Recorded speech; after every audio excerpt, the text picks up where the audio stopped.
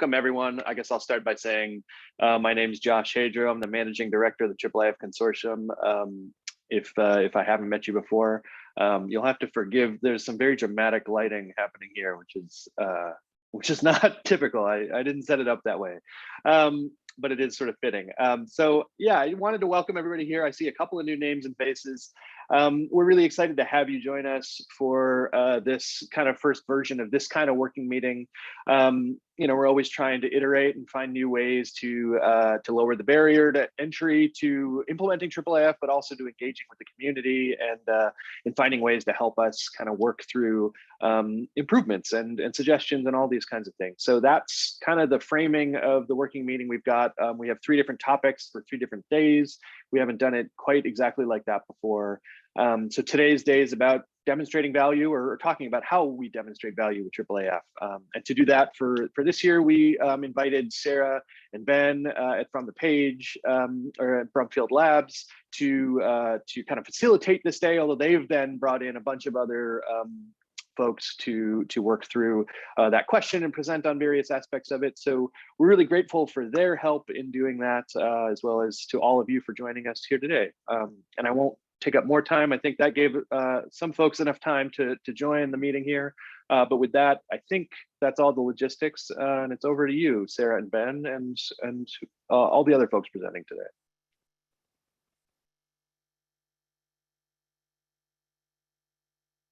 Okay, unmuted, great.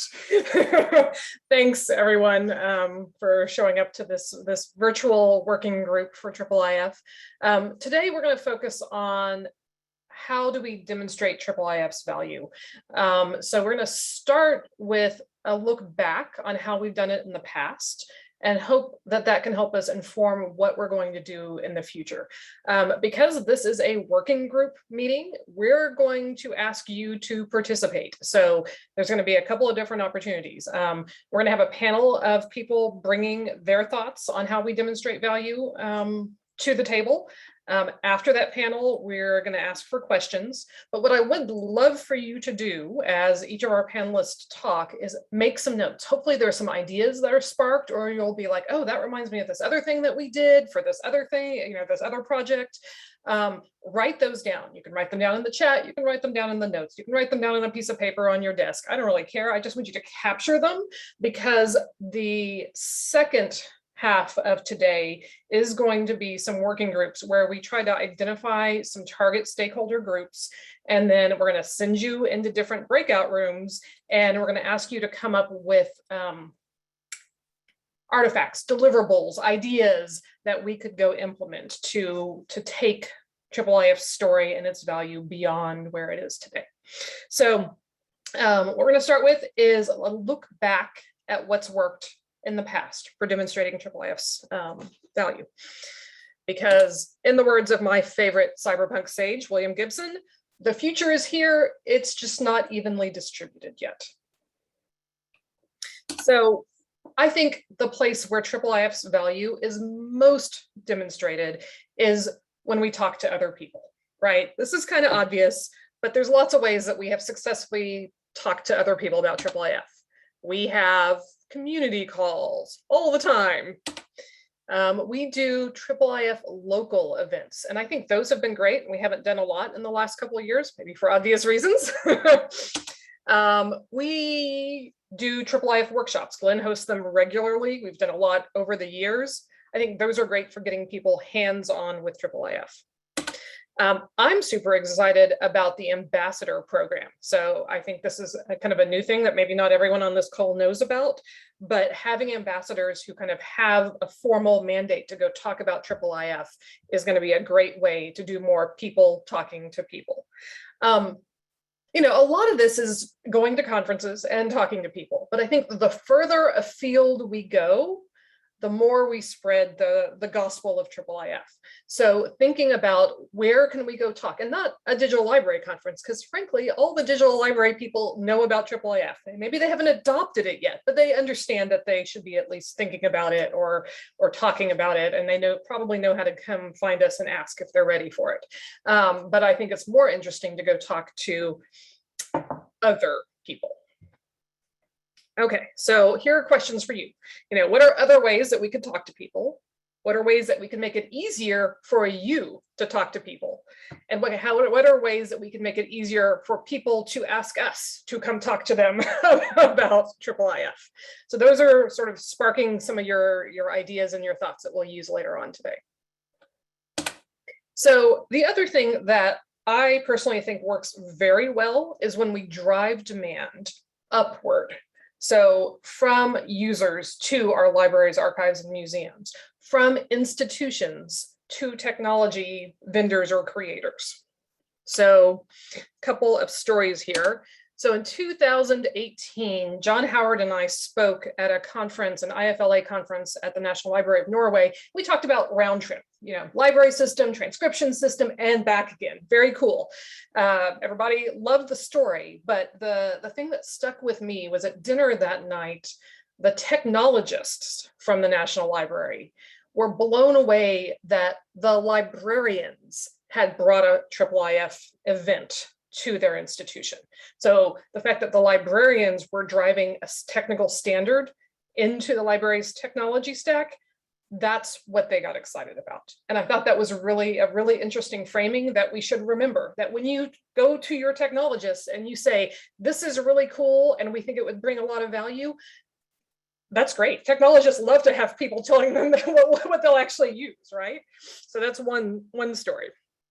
I have another story. The archivist community group, the archives community group, pitched a presentation at the Society of American Archivists, and it was rejected. And this broke my heart that we didn't successfully, twice, Mark says in the chat. Oh no, I didn't realize that. I think we did a formal one and then like a lightning talky sort of one too. We couldn't successfully convey to this group of people reviewing presentation proposals that IIIF was something that they should be interested in, and that there was power there that we would love to describe to them.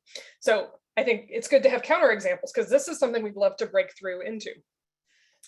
I've also been having this ongoing conversation with an archivist at a university. They've adopted a digital asset management system called TIND, or a digital library system called TIND. And that's awesome. And it supports IIIF, yay, right? Unfortunately, their headers are wrong, and it doesn't allow the interoperability we need for IIIF. So here's the deal. The archivist, I wrote this super technical, here's everything you need to do to make this work. And an archivist is not going to go sell this idea to their technologists, their IT staff, on the say-so of a vendor who they're not even sure they're going to use yet, right? So I don't know how we get over those sort of hurdles, but thinking about those hurdles, and maybe if I could just send a quick link to something on IIIF instead of having to overwhelm my archivist with a lot of technical details, might be another way that we can help move the IIIF value from the users up to the technologists. So I think we're all familiar with one of the most successful ways that we've driven this IIIF upward, and that's from 2017, when the museums community group wrote an open letter that many of the institutions involved sent to their vendors, and then they posted online, and they put public group pressure on those vendors to support IIIF. I think this is one of the most effective things that we've done in terms of driving IIIF into existing software, and I would love to see more of it. Okay, so the next thing I kind of wanted to chat about was making IIIF visible. So I used to teach a lot of IIIF workshops, and I'd be somewhere that I knew supported IIIF, and I was the expert in the room, but I couldn't figure out how to find a manifest. We've hopefully moved beyond that now. We probably have more links to IIIF manifests around items, but finding it is still not the easiest thing in the world. So I think we all know the answer, which is you put your IIIF manifest on your item page or with your item somewhere. This is one of my favorite ones. It's from the Portal to Texas History out of the University of North Texas. And they actually put it towards the bottom of their item page, above their kind of social share pieces. But they do two things: great big IIIF logo and a copy button that lets you copy that manifest link super easily. So I think that's just a great kind of best practice and a good example there. But just because you have a IIIF manifest, there's the other half of the puzzle, which is, well, what do I do with it, right? And so I think the best example of that is things like this, the British Library's collection guide to IIIF. And this is super detailed. It has videos. It kind of explains what IIIF is. And one of the things I think is even cooler is if you search British Library IIIF, because I did this looking for this guide, it's a featured snippet. So it comes up first, and like you don't see the 2017 presentation about the British Library implementing IIIF. You go straight to their collection guide. So I thought that was super interesting. I feel like there's still a little step that's missing here. If you've got a IIIF manifest, that's easy to find. The what to do with it link should be too. Like you have to go do this search, or you have to know that this page exists. So I'd love to see something, maybe it's something that we can create on IIIF.io. That's like, here are the things you might want to do with this manifest.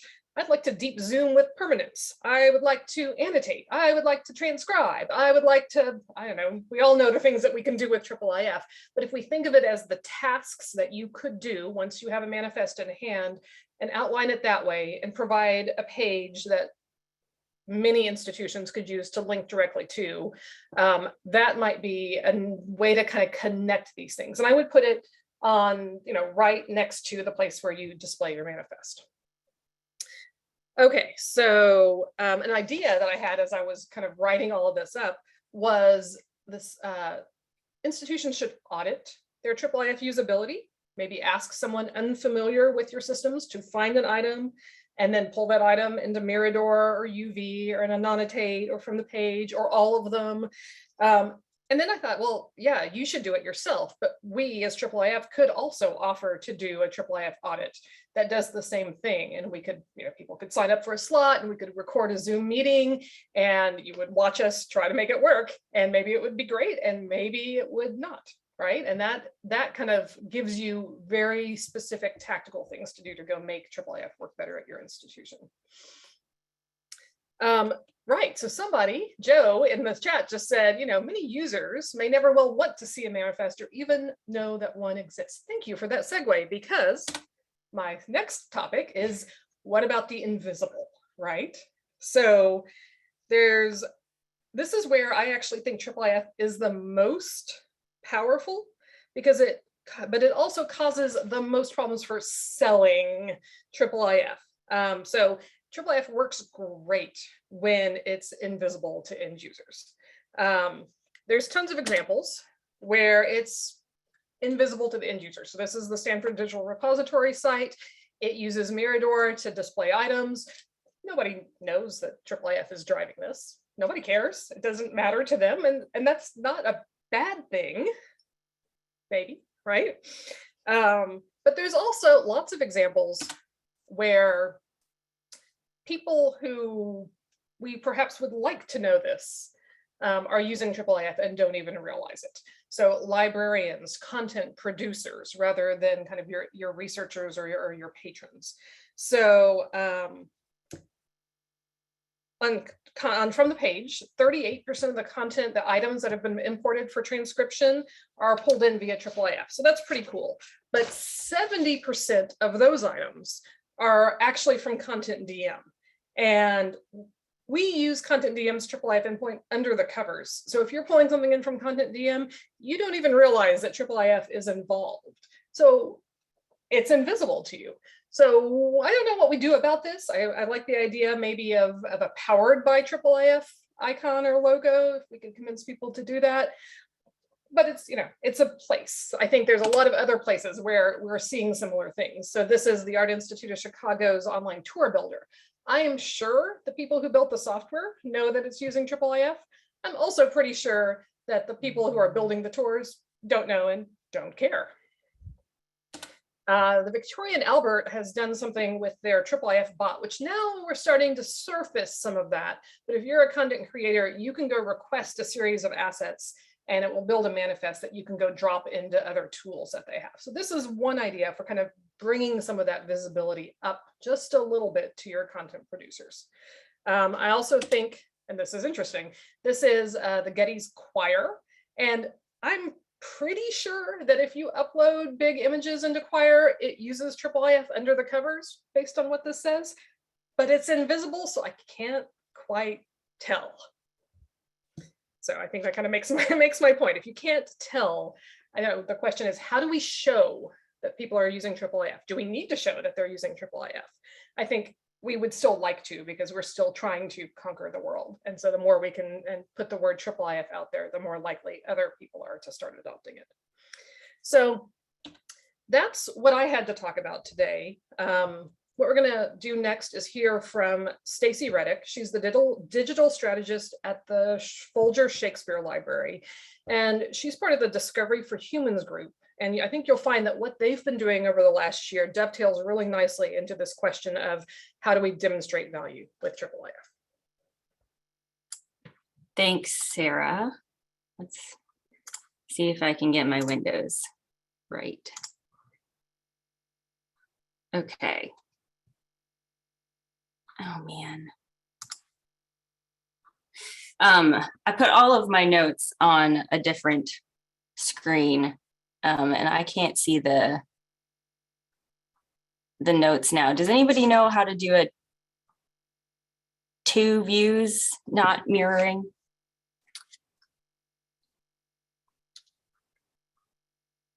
Okay, well. Usually, like, you go, if you're on a Mac, you can go to display settings, and then I'm doing it with you, displays, and then it should give you an option inside the displays menu that allows you to change between mirroring and side by side. If that doesn't work, then I'm sorry. No, that I think it worked. So are you all seeing the presentation view with, you can see the whole slide and none of the notes? Yes, correct. Exactly. Great. Personas at the top. Yes, thank you, Lisa, for your help. Now if I can just get my notes to show me. Okay, all right, apologies for that delay. So yes, I am representing the Discovery for Humans community group. And what you're seeing here is the result of some of the user research that we did in, I believe it was 2020.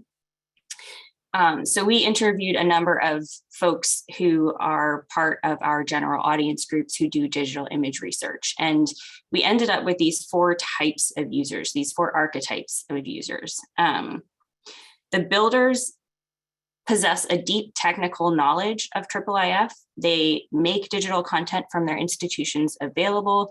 They use tools like GitHub, code editors, and open source software, and they're members of the IIIF community. We have the educators next, who understand how to use IIIF for viewing, annotation, and transcription. They teach people about the possibilities of IIIF and use tools like Mirador in their teaching, and they may be involved in the IIIF community. Our third group are the adopters, who will utilize IIIF compliant materials in their work and research projects. They will also use available technology and materials that are relevant to their research. Sometimes they use tools like From the Page, WordPress, Omeka, IIIF curation platform, and similar technology solutions for their projects.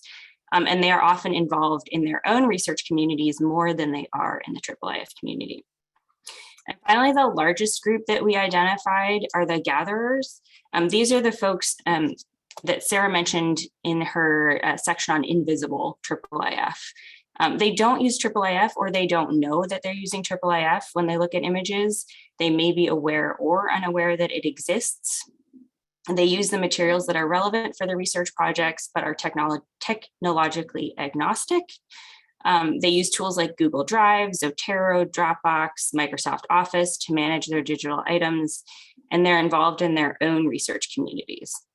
So the key point about the gatherers is that they're a vast community that we have the potential to reach, but we may not be reaching, because they just, they're more interested in their own research than they are in like how they get the research. So we have an opportunity here to reach the gatherers. and make the invisible visible.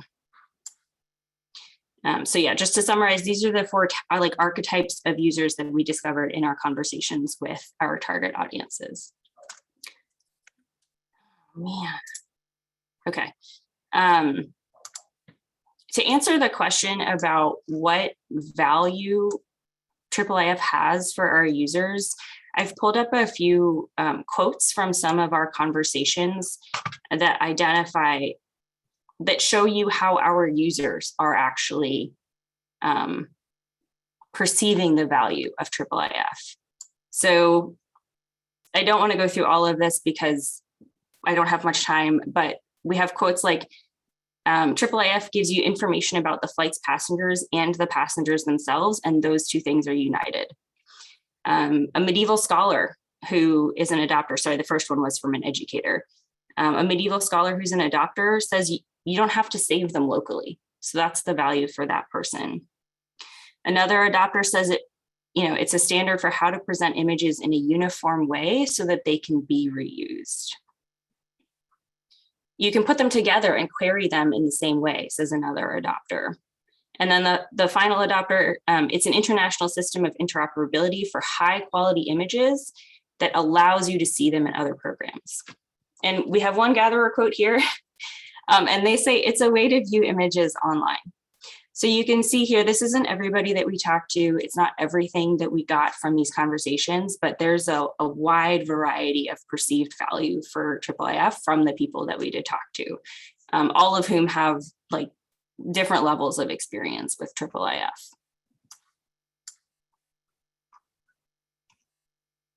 Okay, so there we have the first two parts are, if we're going to figure out who, what value IIIF has for people, we need to figure out who we're talking about.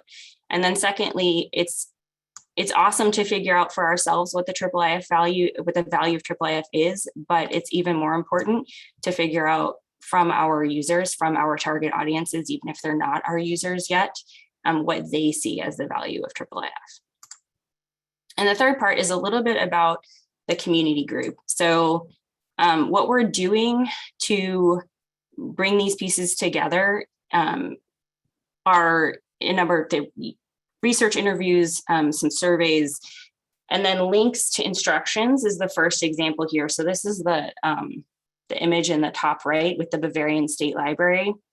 One of the things that came out of the work that we did is a list of institutions and how they would instruct their users to find the IIIF resources. This isn't perfect because you have to, first of all, you have to know that IIIF exists, you have to know the website, and you have to go to this resource guide and pick an institution, but it's a start. We've also conducted surveys about the IIIF logo and any about IIIF features. I think Sarah showed one in her presentation. So how is the IIIF logo used? Is it used consistently? And are there any guidelines that we can put out there about how to use it consistently so that we start to get people who are unfamiliar with it more familiar with it? What does it mean and how do they use it? Or at least, even if they're not trying to use IIIF directly, how does it facilitate the work that they're doing? So the center image here is just an example of the kind of help that we're trying to provide with these guidelines on how to use the IIIF logo and how to use the About IIIF features. If we provide proactive help, then right when they're doing the thing, they can get the information that they need about what IIIF is and how it's going to help them. The bottom image here is an example from the Art Institute of Chicago about the IIIF, about the IIIF feature. There were a few of these in the survey that we conducted, but this is just an example of how institutions are adding that little bit of proactive help into their systems. And then the last bullet point here is just, we're going to continue doing user interviews to uncover what people need in order to conduct their digital image research. And I have no doubt that in the course of this research, we will figure out what more about how people perceive the value of IIIF. And that is from the Discovery for Humans working group. Thank you, Stacy. So our next presenter is Jessica Knight, who's the Digital Collection Manager at the U.S. Holocaust Memorial Museum.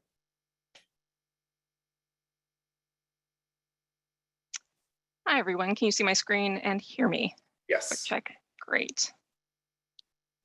All right. Well, like Ben said, I'm Jessie Knight. I'm the Digital Collections Manager in the Digital Access Division at the United States Holocaust Memorial Museum. And I primarily work with our preservation and access systems. So I think to demonstrate value with IIIF, you need strong use cases. By now, everybody has seen the examples of, illuminated manuscripts getting reconciled. But I want to talk about our use case because I think it's equally compelling to those types of examples. So to date, we've used IIIF to present around 750,000 pages of our archival personal paper collections online through the Universal Viewer. I just want to pause and shout out to Mike Liesenbaum, who's our software engineer who really architected the use of IIIF at the museum. And if you have any technical questions, don't ask me, ask him. So we make use of all of the image delivery features that you all know and love, the deep zoom, panning, rotating. Here over the viewer, you can see the data included in our IIIF collections, and within the Universal Viewer, the data included in our manifests, which include Canvas level metadata like transcription and translation. And we also use IIIF to share images with crowdsourcing platforms like From the Page, where volunteers go in and transcribe content. And Ben and Sarah, you've made it super easy for us to use our IIIF collection. So I can actually let volunteers just go into our online catalog and pick what they're interested in.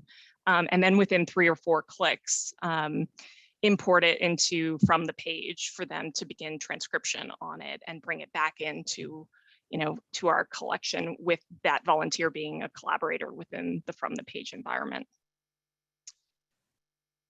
So I've talked about IIIF with what we've done at the USHMM on the functional side, but to really explain why something like IIIF is so valuable to Holocaust evidence in particular, I want to tell you about the Jewish community archives in Salonika.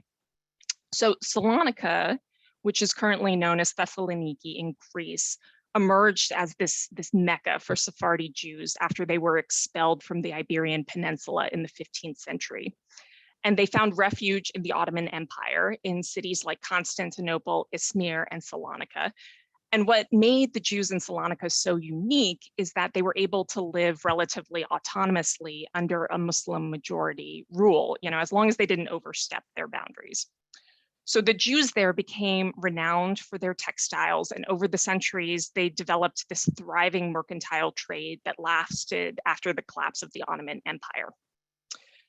Now, flash forward to 1941. The Germans invade Salonika, and unlike other Jewish communities under German rule, the 51,000 Jews of Salonika, they're asked to document all of their individual and community holdings. They have to shut down their newspapers and their records are confiscated, but they're otherwise kind of left alone to themselves until 1942. The diaries that we have during that period document individual harassments and food shortages that the Jews faced, but it was very similar to that of their Christian Greek neighbors. So in 1942, all of that changes. Men are drafted into labor battalions and everything starts to escalate. Jews are forced into ghettos and to identify themselves with yellow stars. And by March of 1943, the community was told that they would be moving to Poland into labor camps. And information was incredibly limited. Newspapers had already been shut down, and most everyone believed that to be true. So the first transport left for Auschwitz in March 15th of 1943, and by August, 19 transports had virtually emptied Salonika of its Jewish population. 48,000 people were deported during this period, and of that, 37,000 Jews were gassed on arrival. In total, 95% of the Jewish community of Salonika was murdered during the Holocaust. So flash forward to today, and the cultural history of this community exists in 5 different repositories. The Osobi Archive in Moscow. This is by far the richest group of records, containing, amongst other things, the correspondence of the chief rabbi of the community, kind of unwittingly worked with the Nazis to expedite deportation. Some of the records exist in EVO, which is in the United States. They hold the bulk of the pre-war community records. The Czech National Archive holds 2 registry books. In Greece, the Jewish Community Archive in Thessaloniki has millions of pages of documentation about this community. And finally, the Central Archives for the History of the Jewish People in Israel ended up with a few boxes of records. So how did these records end up in all of these different repositories? Well, during the war, the Nazis confiscated lots of records and sent them back to Berlin. And we're not really sure how registry books ended up in Prague, but we think the Nazis had plans to open a museum on inferior races and to use those as exhibitable items. So after the war, the Americans and the Soviets are in Berlin. The records in the American zone go to EVO. The records in the Soviet zone go to Moscow. The records discovered in Greece after the war were found, and some industrious grad student decided to send a portion of those back to Israel for safekeeping, which is how they ended up there. And so the museum, through duplication efforts over the years, has worked for decades to collect the records of this completely decimated Jewish community. And for the first time since 1943, if you walk into the USHMM reading room, you can see the history of this community in one place. But in the next year or so, the reason I'm telling you this story is that with the expansion of our use of IIIF, users will be able to interact with these records, not just in one place, but in one interface. And it's really this framework that allows us to digitally reunite the historical evidence of all of these different record sources that have different provenances. And so communities like the Jews of Salonika that were destroyed through Nazi atrocities, their memory can be brought together digitally in one place.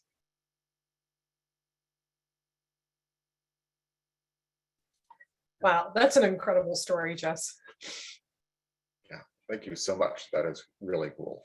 I love these IIIF slides that have all the arrows, because those are, I think, the most compelling ones. But your arrows stories are harder and deeper than many of our arrows stories. Okay, up next we have Laura Moriali, who is an independent scholar in the Georgetown area. She's collaborating with scholars at Harvard, Princeton, Georgetown, Stanford. Yes. And yeah, over to you, Laura. Great, thanks. And you can see my screen? Terrific. All right. Thank you, Ben. Thank you, Sarah. And thank you to the IIIF community for the chance to speak about how we can demonstrate value with IIIF. And here I'm going to have my own use case, perhaps not as dramatic as the one we just heard from, a view from the DIFIRA project. So the DIFIRA project is something I led and just finished up in September of 2021. And if you'd like, you can visit that project while I speak at the address listed here on the screen. The project came about in April of 2020, largely as a response to the arrival of the pandemic and in an effort to create a community of scholars during a time when we all felt disconnected from each other. The goal of the project was to transcribe and translate into English a manuscript version of the DIFIRA, a little-known 15th century Italian text by Leon Battista Alberti, which appears in a digitized version of a manuscript held at Harvard's Houghton Library and cataloged as the TYP 422. Now, the team, several of whom you can see here, came together via Zoom from April 2020 until April of 2021 to complete these tasks and to put together the project site with a digital edition, a full manuscript description and physical collation, and several associated studies on the text and the manuscript tradition. We used several different tools and approaches to complete the project, and IIIF compatible resources helped us, especially in 3 ways. That is, in the process of doing our work, in presenting our textually oriented edition, and in presenting our visually informed study on this particular manuscript. So let me take you through how we use IIIF for each of these operations. As you can see here, our first step was to take the IIIF compliant image of the manuscript from Harvard Library and upload it to the From the Page platform, where we were able to transcribe the text and to use the transcription tab, or sorry, the translation tab to create our English version. Now, it's really hard to overstate how easy and quick it is to transition from finding a IIIF manifest online to setting up a collaborative transcription and translation project using From the Page. It's so easy, in fact, that I tend to favor those manuscripts that are IIIF compliant, because it really cuts down on what I have to do before I get to what I consider the fun part of transcribing and translating. But you can see here how beautifully the manuscript presents itself and how easy it was for all of the 9 scholars to access it and work together during our sessions. Now, once we had completed our transcription and our translation, we exported both in an XML file, and we created a digital edition of our text using TEI Publisher. Here you can see that we've inserted the same IIIF compliant images in between the transcription on the left and our English translation on the right. And this is, by the way, the first ever translation of this text into English, so it's some important work. And this presentation allows for our users to see all 3 versions at once and to zoom in and take a look at the manuscript if they would like, if they have questions about our transcription or translation. But since this project was interested in both the text and the manuscript in which it was found, we used a second platform, Digital Mappa, to create a visually oriented exhibit of some of the manuscript's characteristics, including paleographic details and some intriguing inconsistencies in the page numberings, which led to the conclusion that the manuscript was originally part of a larger collection and had at some point been cut down to size. So a real scholarly discovery here. Digital Mappa then allowed us to insert the IIIF images directly into the presentation, and we could highlight particular visual elements on the image and link them to our essay, which explained the importance of each of these visual elements. So as you can see, we were able to use the IIIF images of this one manuscript with 3 different platforms, each of which allowed us to manipulate and present the materials to fit our needs. However, there do remain some limitations to what IIIF can do for researchers. Now, at a very basic level, and this speaks more to the differences between digital and material access to a resource, we were really unable to appreciate the real life size of the manuscript itself. I was able to finally take a trip to Boston last week and to see this manuscript in person for the first time.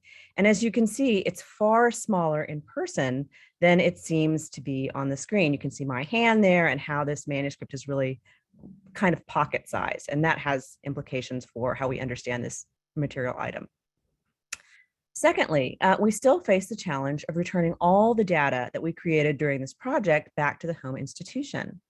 While our project lives happily at Georgetown and everything's public, we are unable to contribute all of this work back to the story of this particular manuscript, back to Harvard, and that's really a pity. And then finally, I will say that particularly in the platforms used to present our work, getting those IIIF materials to work within the platforms themselves was very difficult, and it required many hours of my own time and actually access to the platform developers themselves personally to get that work done. Now, I can do that, but not everyone can. And this means that IIIF compliant materials will not be as easily adopted or integrated into these kinds of projects in the future unless we can make that a less painful process overall. So that's my presentation, and I'm happy to talk more about that in the question and answer. Thank you. I love the medievalists because they're the early adopters of so much of our digital humanities technology. So I think what Laura's done here is great, and we'd love to see that happen with so many other types of material. I also love the contrast between Jesse's presentation of assembling all this material from different places together into one spot, and Laura's example of using a different kind of almost vertical interoperability to move the same piece of material through 3 different platforms. That's you know, this is a pretty powerful framework.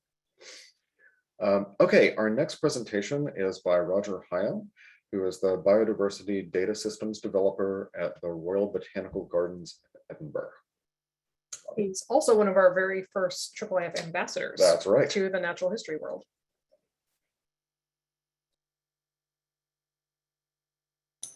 Hello, can you hear me?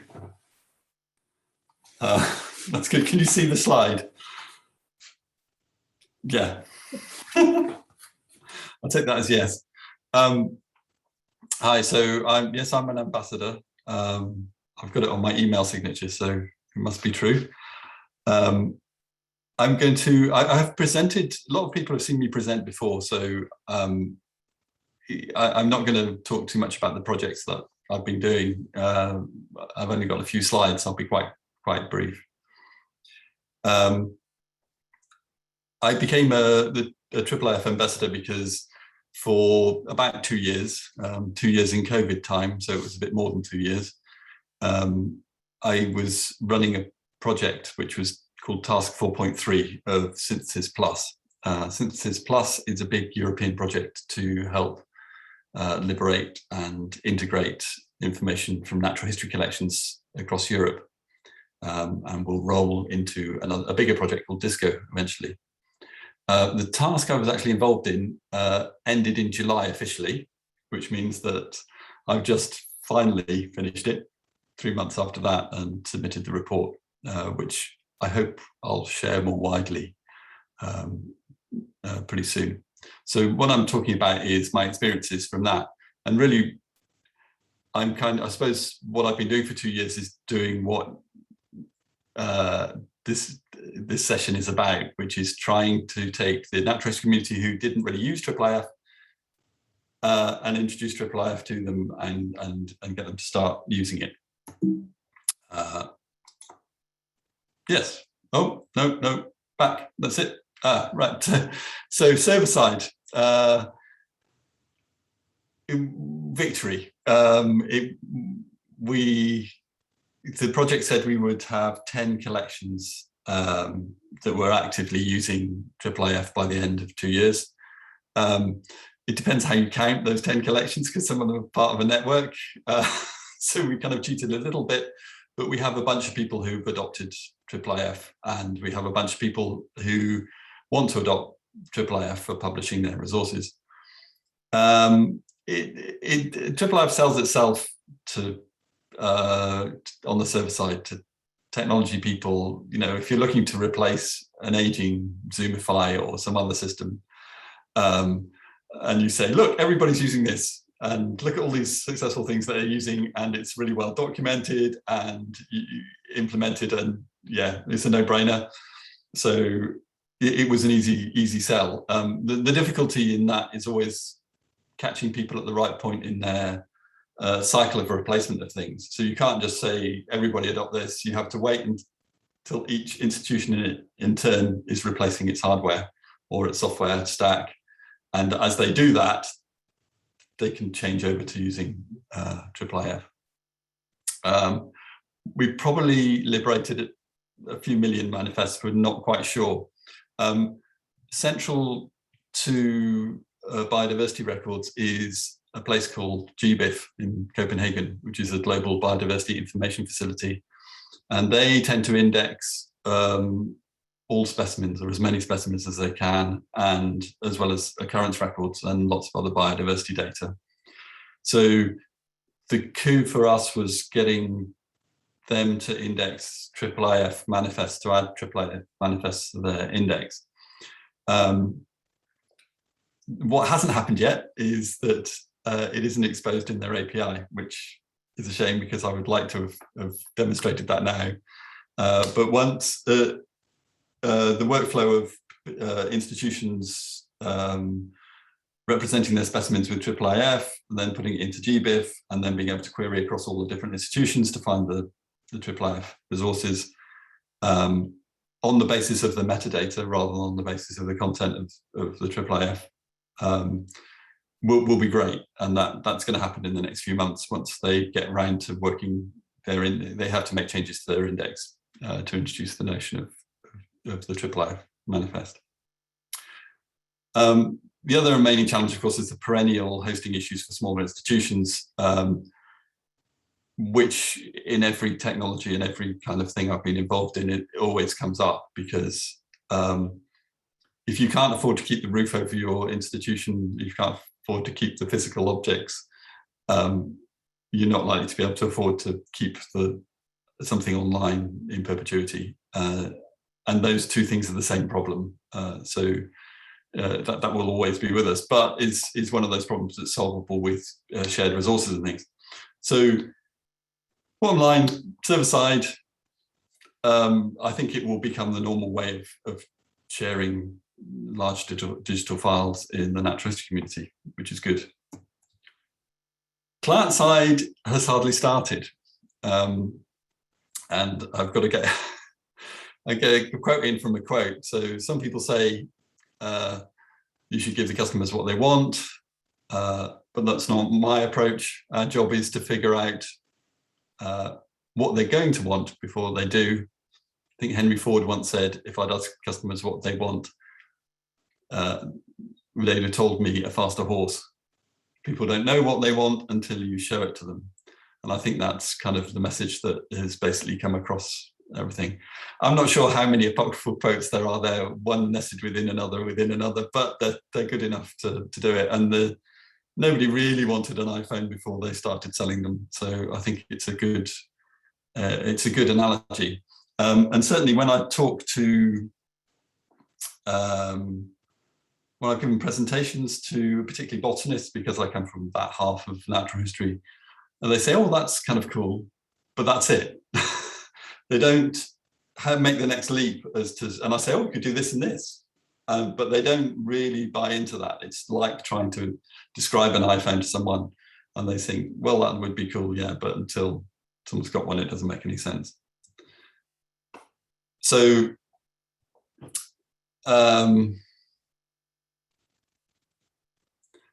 yeah, from a working scientist point of view, there's still just zoomable images. And we've had zoomable images for a while using different technologies. Getting them all in GBIF will be good, and having draggable IIIF icons in GBIF and on all the sites that you might visit, so that you would go to one collection and you see a IIIF icon, and you go to another collection, you see a IIIF icon, and you can pull them together into something to do something with them. That will be great. And we've kind of built that initial layer. But what we don't have yet is some kind of workbench that a biologist could use to exploit these images. I did, as part of the project, produce a thing called Herbaria Mundi, which is Herbaria of the world, where I started indexing and kind of doing this kind of demonstration. And people like the idea of that, but they wouldn't use it. On the grounds, I wouldn't use it. Well, on the grounds that it's like, where's my data going? And what about the images that aren't IIIF yet? And what about the specimen that I took a picture of yesterday? And there are so many missing parts to that thing from the user's point of view that it makes it difficult to use. So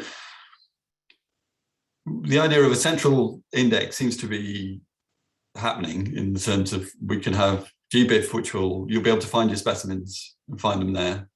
The first thing people ask for is they want to be able to measure stuff. Botanists want to be able to measure lengths of leaves, shapes of leaves, angles, things like that. The next thing they want to do is to use controlled vocabularies. Shared controlled vocabularies, at the least you want to be able to identify something. You want to be able to tag things as being places. So transcription isn't straight transcription, would be nice, but actually what people want to do is to geolocate. So something is mentioned in handwriting on a specimen, and you need to be able to tag that to geonames or something like that. So they need that kind of behavior. And then there's the storage of those annotations, so that when if you've got a bunch of images that you've pulled together from different IIIF sources, you've identified them to different taxa, you've measured them, you've done all this. Where are those annotations going? And most people want them. I mean, I was going to use the example of putting your PhD thesis on a thumb drive, and I realized that was dated, and most people probably just keep a copy in Dropbox now. And then I realized that thumb drives didn't exist when I did my PhD. We had, it was just the dawn of the zip drive, if you remember a zip drive. So I used to have a zip drive and used to put it on there as well as everywhere else. And most people still work like that and want to work like that. So having a central resource and somewhere that you can store your annotations is good, but it needs to be very flexible. It needs to be as flexible as a document-based approach where people keep copies of what they're working on locally. Even if they're not keeping copies of the high-resolution images, they're keeping copies of stuff that's useful enough for them because they don't really trust centralized systems or institutions. Most of the work from the point of view of a researcher is done across institutions. So you might be doing your PhD at this institution. You might be using specimens from 4 or 5 other institutions and collecting your own, but you're going to be, might be then be doing a postdoc in another institution and then getting a job at another institution. And your data has to move with you and move around. You contributing to an institutional resource or a centralized resource is a secondary thing for a lot of researchers. I think the way people think, and in order to get the adoption, we need to allow people to have ownership over what they're contributing in what they do. And I think the bottom question, I've come up with lots of questions. Other people seem to have answers. I've just got the questions. So how we fund the development of something that people don't appreciate they want, I don't know. You need some venture capitalist who comes in and says, we're going to fund this, but I don't think there's any money in it at the end. And that's me. That's all I've got to, all I'm going to say. It's like 4 slides. And maybe we can talk more about it in a minute. So thanks, Roger. I loved your use of the word liberating for taking things outside of kind of siloed collections and making them interoperable. I think we should all adopt that phrase. It's a little bit rebellious. And I thought your point about the point where people are changing systems is a really good kind of leverage point for putting, introducing IIIF into these ecosystems. I know when we talk to lots of different libraries and archives, it seems like half of them are always, oh, well, we're in the process of migrating our digital library systems. And we do always try to promote IIIF when we're having those conversations, but I thinking about that as a point in time. And if you have a project that relies on 4 institutions doing something, and they're all at different cycles, different points in the cycle, one of them's just spent hundreds of thousands, and they're not going to change anything for a decade. Right. And another one will be changing it all next week. And, so how you get them all work using the same thing is difficult. Interesting. So we have about 8 minutes left in this part of this session, and I wanted to, is that right, 8 minutes?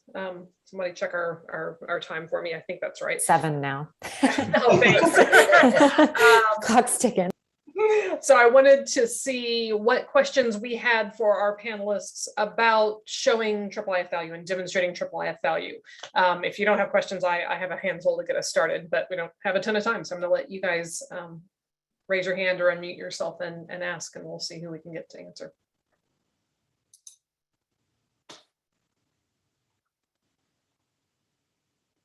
Okay, since I don't want to waste any of our 7 minutes. So I think one of my questions I had for all of our panelists is, how can we reach people where they are? I think, Roger, a lot of what you said comes into that. Laura, I'd be curious to hear what your thoughts are on this, because you deal with, you do the IIIF side of things for people who don't necessarily have to think about it.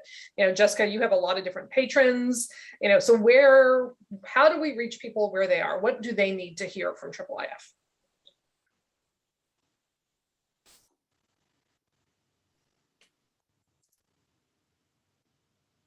Please. Sorry, that was a clap sign instead of a raised hand. The folks with whom I work, researchers and all that, they're happy to know that IIIF exists, and they're happy to talk about it because it makes them sound smart.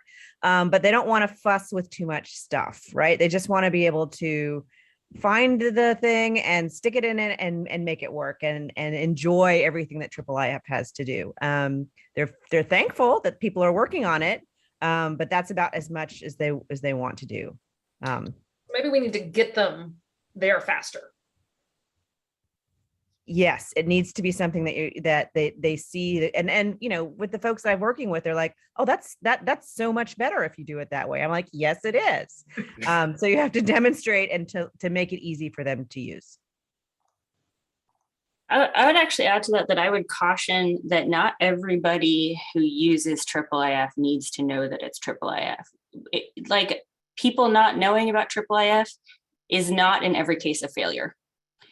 There are groups that do need to know about IIIF, and we should absolutely try to get them like closer in. But for those people who are doing research who don't care about how they get their images, I don't think that we're going to improve their workflow by forcing them into IIIF. And that would be, in my long history of working for folks who don't care about what I'm doing, that would be something that I would really caution against, because it's not really going to help us. It's not really going to help them.